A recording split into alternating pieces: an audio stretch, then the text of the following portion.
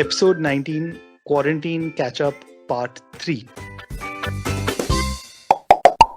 Hey Nadir, how's it going, man? I'm just so tired, man, right now. I'm just so tired. So, my daughter doesn't sleep in the afternoons anymore. So, initially, we didn't really care because we were never at home. We were always in office. So, least of our concerns, honestly speaking. But now it's just becoming like a chore. It's a part of my daily schedule to ensure that I somehow manage to escape her during the afternoon because a lot of work for me happens in the afternoon, right? Both home housework as well as work.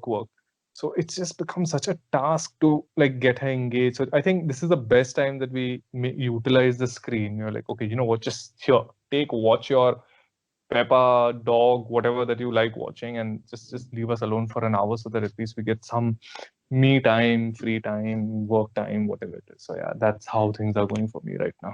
Yeah, that way I'm a little fortunate because the play school and daycare that my son goes to, this was the time that he would kind of take a nap post his play school, and then he'd spend the rest of the time at daycare. But I'm telling you, it's been tough. I mean, I can't believe it's going to be 2 months now, but kind of maintaining that routine and ensuring that he gets that afternoon nap, keep him engaged. And, considering he's not doing a lot of physical activity outside or running out, it's a bit of a task. But yeah, so far we're managing. No, I mean, You know, that's fortunate, honestly. there are so many things a few months or earlier this year that we never really focused on or cared too much about. But the moment we don't have it in our lives in the last couple of months, we really start appreciating it, right? No, I completely agree. I mean, in certain cases you appreciate it, in certain cases you just miss it. Like something as basic as somebody ringing your doorbell, like that just gets everyone in the house excited because you're not expecting anyone during this time. Like who's going to come and meet you or greet you or whatever it is. But it's just like everyone runs towards the door to with this anticipation that it might be someone who we might just like whatever appreciate or like. Turns out to be the security guy, and he'll just come and give you a circular saying, don't get out of your house from 2 to 5 because he's sanitizing the whole building and the society. But yeah, something as basic hashtag simple joys. No, I completely agree. I mean, for us, it's like a bit worrisome if someone comes rings your bell. It's like, what's going on? Who's come? What's happening? But yeah, I mean, on the other hand, you have like essential services which are still running, like for the bank, for example. And earlier, I mean, I don't remember the last time I went into a bank to conduct any transaction because you do everything on net banking or the ATM. But now you just constantly, and I stayed not too far away from a bank, so you constantly see a lineup outside the bank. So yeah, there's a lot of stuff still going on there. I'm glad you brought up the bank because something happened very recently in and around my area and extended vicinity. So the bank that I usually transact at, me and my dad, my mom, all of us have that one family account, at a nationalized bank. One of its branches is in a very hot red zone, right? Complete containment, and a lot of COVID cases have spiked over there and all of that. So one of the staff members was tested positive. So they shut down that branch in that zone. And then for some reason, the remaining staff members were transferred to the branch near my house. So when that happened, the existing staff of the branch near my house, they all decided to walk out and saying, we are not coming here to work. And then obviously in that hustle, the senior branch manager, whoever it is, was trying to calm the situation and saying, oh, don't worry, everything's okay. We've taken care of everything. No such thing will happen over here. We have to ensure that business moves, blah, blah, blah. And the next day, we find out that that manager, that person who was trying to coordinate, has now been affected by COVID. And it's just so like, yeah, it's so strange and weird because I was there that day very close to the bank because I was planning to go to the bank and deposit some checks. And I saw the line. I was like, forget it, no chance. And now I realize why the line was so long, because it was people from my area who wanted to bank and people from that area as well who came all the way over here. to this makeshift branch, and that's why you had such a long queue. And I just took one look at that queue and I was like, forget it, no chance I'm entering the bank. I'm not going to wait in the heat for this long. Like, it didn't occur to me that, oh, I might get test, I might get contracted or whatever. It's just like, no, it's too inconvenient, and it's not something that I want to do. I just quickly went to the ATM, did my business, and I just left. And then, a day later, I find out that this is what happened, and I was like, man, I was so close to that. Yeah, man. I mean, it's crazy because I normally don't go to the bank, like I said, and yesterday I had to go just kind of drop off a check, and I didn't realize that I could just give it to the security guard. But waiting in that line, out in the heat, like you said, and then by the time you reach that, the security guard is checking your temperature, giving you hand sanitizer. You got to fill in your details. I was like, wow, that's a lot of work that's going into just like small transactions and like barely any interaction in there. I guess it's from hearing from what you had to say, it's highly required. No, it's something very basic. It's going to take you less than 5 minutes. You take that check, you fill your slip, you either drop it in the box, or if you want an acknowledgement, somebody will just stamp your acknowledgement receipt, and you walk out. Now that entire process takes like close to an hour, because I think 70% of your time or 80% of your time is just wasted in waiting in the line to get in. Obviously, you have to take these safety measures, but yeah, it's become cumbersome. But I don't know, at the same time, there is this whole thing, at least I get to go out. I mean, imagine going to a bank is like a thing, and oh, finally I get to go out somewhere. But yeah, I mean, after listening to that story, no chance I'm going to that bank again. Oh, by the way, they've sealed it.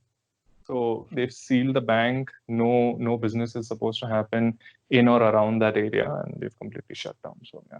So, last weekend we got, at least in Maharashtra or in the rest of India, we also came to know about the next step in terms of the lockdown and what businesses are opening up and all.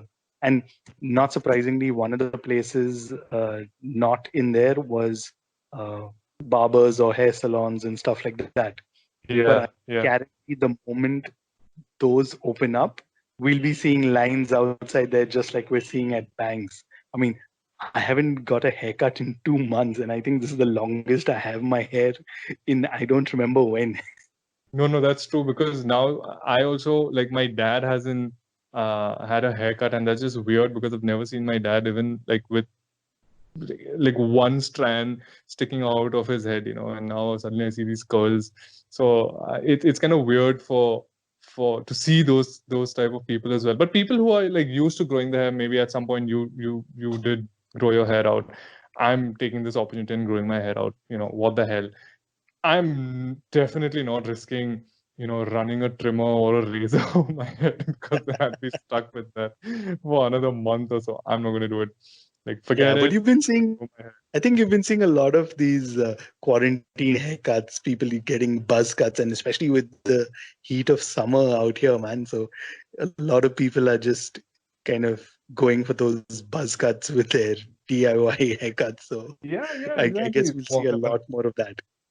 Yeah, and people are experimenting, like they're doing mohawks and they're doing some other, fade cuts, and like all at home, which is cool. I mean, good for you. You have a steady hand, but I'm not risking that.